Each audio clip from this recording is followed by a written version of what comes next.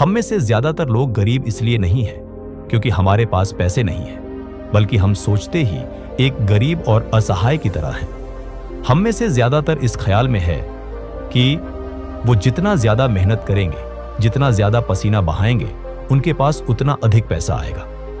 अगर ये बात सच है तो फिर दुनिया का सबसे अमीर आदमी कोई मजदूर या किसान क्यों नहीं है? क्यों मजदूरी करने वाले लोग अक्सर गरीबी की सीमाओं में ही बंद कर रह जाते हैं? नमस्कार दोस्तों, कर्मा पाथ के और वीडियो में आपका स्वागत है। एक बार की बात है, जंगल में नदी किनारे एक विशाल बरगद के पेड़ के नीचे आचार्य चाणक्य और चंद्रगुप्त एक साथ बैठे थे। तभी अचानक से चंद्रगुप्त ने पूछा, गुरुदेव, इस दुनिया में कौन नहीं चाहता है कि धनवान बने? मेहनत तो सभी करते हैं, धनवान बनने की सभी कोशिशें करते हैं, लेकिन मैंने अक्सर देखा है कि कुछ इंसान कम मेहनत करके भी अमीर हो जाते हैं। लेकिन गरीब मेहनत मजदूरी करता है, पसीना बहाता है, लेकिन फिर भी वह कभी धनवान नहीं बन पाता। क्या मेहनत से ही धन कमाया जा सकता और अमीर बना जा सकता है? चाणक्य मुस्कुराए। उनकी आंखों में वह तेज था जो सदियों से नीति के रहस्यों को संजोए हुए था। वे बोले, चंद्रगुप्त, जिंदगी में एक बात हमेशा याद रखना, मेहनत तो गधा भी करता है, गधा भी भारी बोझ उठाता है, दिन रात खटता रहता है, लेकिन गधे की तरह मेहनत करने वाले इंसान हमेशा गरीब ही रहता है। लक्ष्मी उसी के पास आती है जो बुद्धिमान होता है। मेहनत, अमीरी, धनवान व्यक्ति मेहनत से नहीं अपनी बुद्धि से बनता है। और चाणक्य यही अपना पहला नियम चंद्रगुप्त को बताते हैं। नियम 1, मेहनत नहीं, बुद्धि धन बनाती है। आचार्य चाणक्य का पहला और सबसे कठोर सत्य यही है कि केवल मेहनत कभी किसी को अमीर नहीं बनाती। इस दुनिया में सबसे ज्यादा मेहनत वही लोग करते हैं जिनके पास सबसे कम बुद्धि होता है। जैसे मजदूर दिन रात पसीना बहाता है, किसान धूप में जलता है, लेकिन फिर भी उनकी आर्थिक स्थिति वैसी ही रहती है। चाणक्य कहते हैं कि समस्या मेहनत की मात्रा में नहीं, बल्कि दिशा में है। बिना सोच समझ के की गई मेहनत सिर्फ थकान देती है, परिणाम नहीं। बुद्धि का अर्थ किताबें रटना नहीं, बल्कि हालात को समझना, सही निर्णय लेना और सही समय पर सही काम करना है। जैसे एक दुकानदार अगर रोज दुकान खोलता है लेकिन यह नहीं समझता कि ग्राहक क्या चाहता है, तो उसकी मेहनत व्यर्थ जाएगी। इस नियम का उपयोग आज के समय में यह है कि कोई भी काम शुरू करने से पहले खुद से पूछो, क्या मैं सही चीज पर मेहनत कर रहा हूं या सिर्फ व्यस्त रहने के लिए मेहनत कर रहा हूं? निष्कर्ष साफ है, मेहनत को बुद्धि से जोड़ दो, वरना तुम्हारी वो मेहनत भी तुम्हें गरीब ही रखेगी। अगर यह बात सबको समझ में आ गई, उस दिन समझो कि कायनात पलट सकती है। नियम 2, आत्म नियंत्रण के बिना धन नहीं टिकता। चाणक्य मानते थे कि धन से पहले इंसान को खुद पर नियंत्रण सीखना चाहिए। जो व्यक्ति अपनी इच्छाओं, गुस्से और लालच पर काबू नहीं रख पाता, वह धन आने के बाद भी उसे संभाल नहीं पाता। इतिहास गवाह है कि कई लोग अचानक अमीर बने, लेकिन उतनी ही तेजी से कंगाल भी हो गए। कारण सिर्फ एक था, आत्मनियंत्रण की कमी। चाणक्य के अनुसार लक्ष्मी वहीं ठहरती है जहां संयम होता है। उदाहरण के लिए, अगर किसी को अच्छी सैलरी मिलने लगती है और वह तुरंत दिखावे, फिजूल खर्च और अनावश्यक शौक में फंस जाता है, तो धन रुकता नहीं। इस सिद्धांत का उपयोग यह है कि जैसे जैसे आय बढ़े, वैसे वैसे समझ भी बढ़नी चाहिए। निष्कर्ष यही है कि धन को संभालने के लिए सबसे पहले खुद को संभालना जरूरी है। नियम 3, धन कमाना कला है, बचाना नीति है। तीसरे नियम पर आते हुए चाणक्य बोले, धन कमाना कला है, लेकिन धन बचाना नीति है। जो व्यक्ति बिना सोचे समझे खर्च करता है, वह लक्ष्मी का अपमान करता है। धन आग की तरह है, अनियंत्रित रहा तो सब जला देगा और नियंत्रित रहा तो रोशनी देगा। उन्होंने खर्च को 4 भागों में बांटने की नीति बताई: आवश्यक खर्च, सीमित इच्छाएं, बचत और दान। यही संतुलन धन को टिकाऊ बनाता है और आदमी को लंबे समय तक समृद्ध रखता है। चाणक्य ने साफ कहा कि कमाना और संभालना 2 अलग अलग योग्यताएं हैं। बहुत से लोग धन कमा लेते हैं लेकिन बचा नहीं पाते। वे हर महीने कमाते हैं और हर महीने खाली हो जाते हैं। उदाहरण के तौर पर, जो व्यक्ति अपनी आय का कुछ हिस्सा बचत और भविष्य के लिए रखता है, वही असली अर्थों में सुरक्षित होता है। इस नियम का उपयोग यह है कि खर्च को भावनाओं से नहीं, योजना से चलाओ। निष्कर्ष यह निकलता है कि जो धन को सम्मान देता है, धन भी उसी का सम्मान करता है। नियम 4, समय का मूल्य समझे बिना धन नहीं आता। आगे चौथे नियम में चाणक्य चंद्रगुप्त को बताते हैं कि समय सबसे महंगा धन है। धन खो जाए तो दोबारा कमाया जा सकता है, लेकिन समय लौट कर नहीं आता।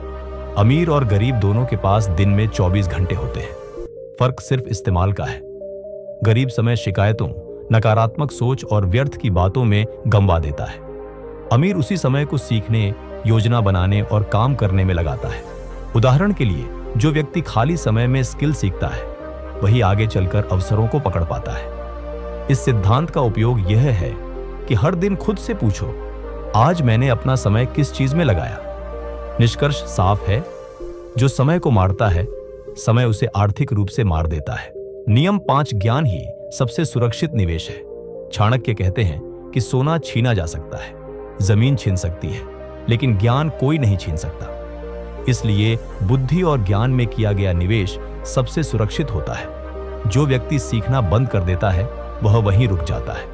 यह नियम न केवल धन संचय का रहस्य है, अपितु जीवन की सच्ची समृद्धि का आधार भी। धन को वस्तु में न लगाओ, अपितु बुद्धि में लगाओ।